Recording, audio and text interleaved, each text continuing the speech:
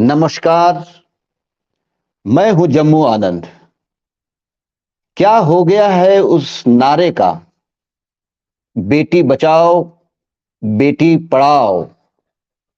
क्या हो गया है उस नारे का, बेटी बचाओ बेटी बढ़ाओ? कहां गए वो नारे देने वाले, और कहां गए उस नारे के आड़ में इस देश के अंदर माहौल बनाने वाले, जो ये जता रहे थे कि अब इस देश की बेटियां सुरक्षित है? कहां गए वो लोग जो कहते थे कल तक कि इस देश की बेटियां असुरक्षित है? अब हम आ गए हैं इस देश की बेटियों को सुरक्षित करने के लिए, इस देश की बेटियों को इज्जत बहाल करने के लिए, और इस देश की बेटियों को आगे बढ़ाने के लिए। कहां गए वो लोग? ये कितनी शर्म की बात है किसी भी देश के लिए कि इस देश के वो महिला रेसलर्स जो विदेशों में देश का गौरव बढ़ाने का काम करते हैं, वो रेसलर्स है जिन्होंने विदेशों में बड़ी शान से तिरंगे को लपेटकर भारत का गौरव बढ़ा रहे थे, मेडल जीतकर। और जब वो वापिस देश आते थे तो वही देश के कर्ता धर्ता, देश के राजनेता, मंत्री मानो इस तरीके से अपने आप को पेश करते चले जाते थे कि उनके वजह से देश की बेटियों ने मेडल लाया है। ये कितनी शर्म की बात है कि देश की रेसलर बेटियां जो आरोप लगाई है कि उनके साथ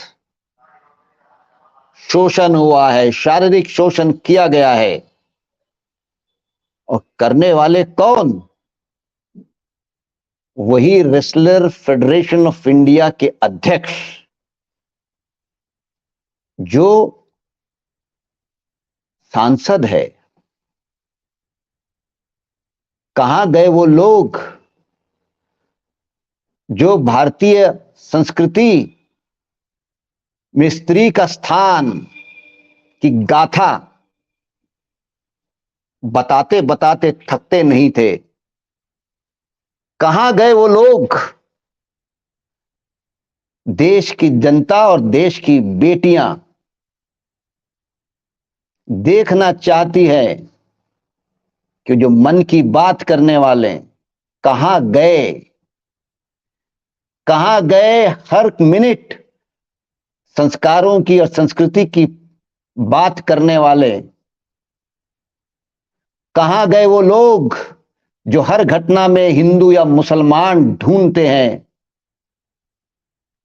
कहां गए वो लोग आज सारे चिड़ी चुप, और देश की बेटियों को उनके हवाले छोड़ दिया गया? देश की राजधानी में लड़कियां, बेटियां न्याय की गुहार करते हुए जंतर मंतर पे खुली आसमान के नीचे आंदोलित है। शर्म आनी चाहिए इस देश के प्रधानमंत्री को, शर्म आनी चाहिए इस देश के प्रधान सेवक को, शर्म आनी चाहिए इस देश के तमाम सत्ता में बैठे हुए लोगों को, शर्म आनी चाहिए संस्कारों की बात करने वाले, और मानो कि उनका ठेका संस्कारों पे है। कहां गए आरएसएस के मुखिया देश की बेटियां आज जानना चाहती है कि ऐसी क्या परिस्थिति है कि अपराधी खुलेआम घूम रहे हैं। देश की बेटियां ये जानना चाहती है, दिल्ली पुलिस जो हर समय बड़ी तत्परता दिखाती है, पुलिस में शिकायत की जाने के बावजूद पुलिस शिकायत दर्ज नहीं करना चाहती है। छोड़िए उस शिकायत पर जांच करना, तह में जाना और आरोपी को पकड़ना और जेल में डालना, ये तो दूर की बात है। किसी भी देश की राजधानी की पुलिस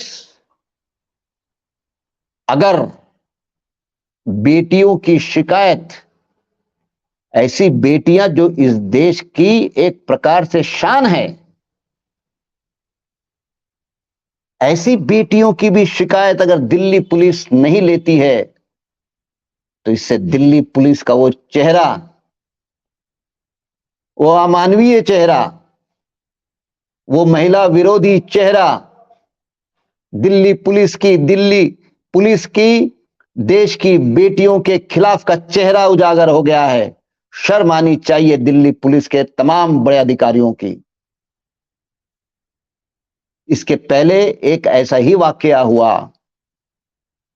कई साल उस बेटी को लड़ना पड़ा जो बैडमिंटन खेलती थी, क्योंकि जिस पे आरोप थे वो पुलिस महकमा का बहुत बड़ा दिग्गज अधिकारी था।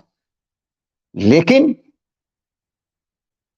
देश के प्रधानमंत्री, देश के गृह मंत्री, संस्कार के ठेकेदार, आरएसएस के मुख्य सरसंघ चालक, ये सारे जो खामोश है, उनको इस देश की बेटियों की ताकत का शायद अंदाजा नहीं है। उस गिल के खिलाफ एक लड़की लड़ी और अंत में उस जीती। आज तो कई बेटियां एक साथ लड़ रही है। बेटियों को सुप्रीम कोर्ट जाना पड़ता है ये कहते हुए, माय लॉर्ड, हमारे साथ अन्याय हुआ है और हम अन्याय को बयान करने को तैयार है। हमने पुलिस स्टेशन में शिकायत दर्ज की है, लेकिन ये पुलिस वाले हमारी शिकायत जो है उस पर किसी प्रकार का विचार नहीं कर रहे हैं। आप आदेश दीजिए कि हमारी शिकायत पे कार्रवाई करें। और फिर सर्वोच्च न्यायालय के प्रधान न्यायाधीश, उनको नोटिस जारी करनी पड़ती है। वो पूछते हैं दिल्ली के पुलिस से कि क्यों आपने कार्रवाई नहीं किए। तो ये माहौल इस देश के अंदर बेटी बचाओ बेटी पढ़ाओ के नारे लगाने वाले नरेंद्र मोदी, देश के प्रधानमंत्री, पिछले 4 महीने से ये सब चल रहा है तमाशा। कुश्ती फेडरेशन खामोश, रेसलर सड़क पर, और देश का प्रधानमंत्री एक बयान नहीं देता। दिल्ली पुलिस जो गृह मंत्रालय के अंतर्गत आती है, केंद्रीय गृह मंत्रालय, अमित शाह एक शब्द नहीं बोलते। इस प्रकार के मसले पे देश के प्रधानमंत्री, गृह मंत्री की खामोशी किसको ताकत दे रही है, किसके हौसले बुलंद कर रहे हैं। और वो सांसद जो उत्तर प्रदेश से आते हैं, और उत्तर प्रदेश के योगी उनके राज में सारे डॉन, माफिया, बड़े बड़े क्रिमिनल्स ठिकाने लगाने वाले हैं। तो योगी जी थोड़ा शर्म तो करिए कि वो सांसद माफिया है। रेसलिंग फेडरेशन ऑफ इंडिया के अध्यक्ष बृजभूषण सिंह डॉन है, माफिया है, और आपका संरक्षण उनको मिला हुआ है। शर्म नहीं आ रही आपको कि देश की बेटियां बैठी हुई है, रोज अखबार में हो रहा है कि हमारे साथ अन्याय हुआ है। वो खुल के बोल रही है करने वाला कौन है, और करने वाला आरोपी खुलेआम घूम रहा है, और आप डंका बजा रहे हो कि ठिकाने लगा देंगे।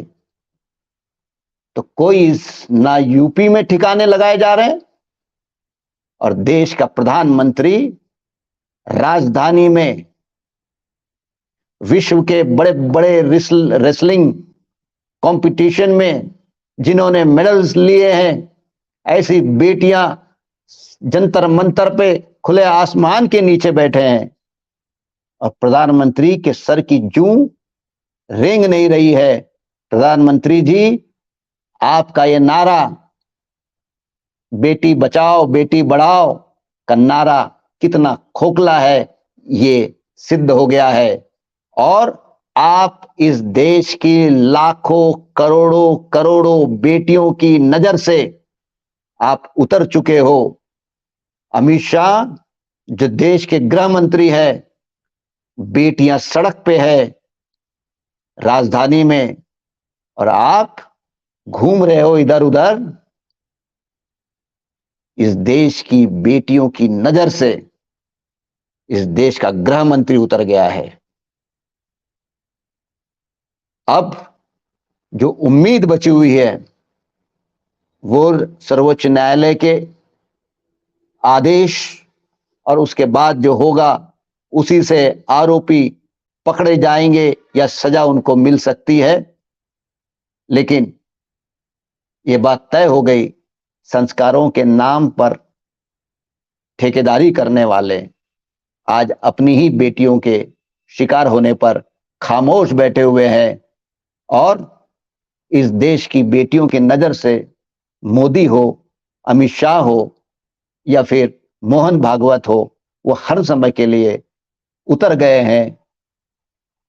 बस आज के लिए इतना ही।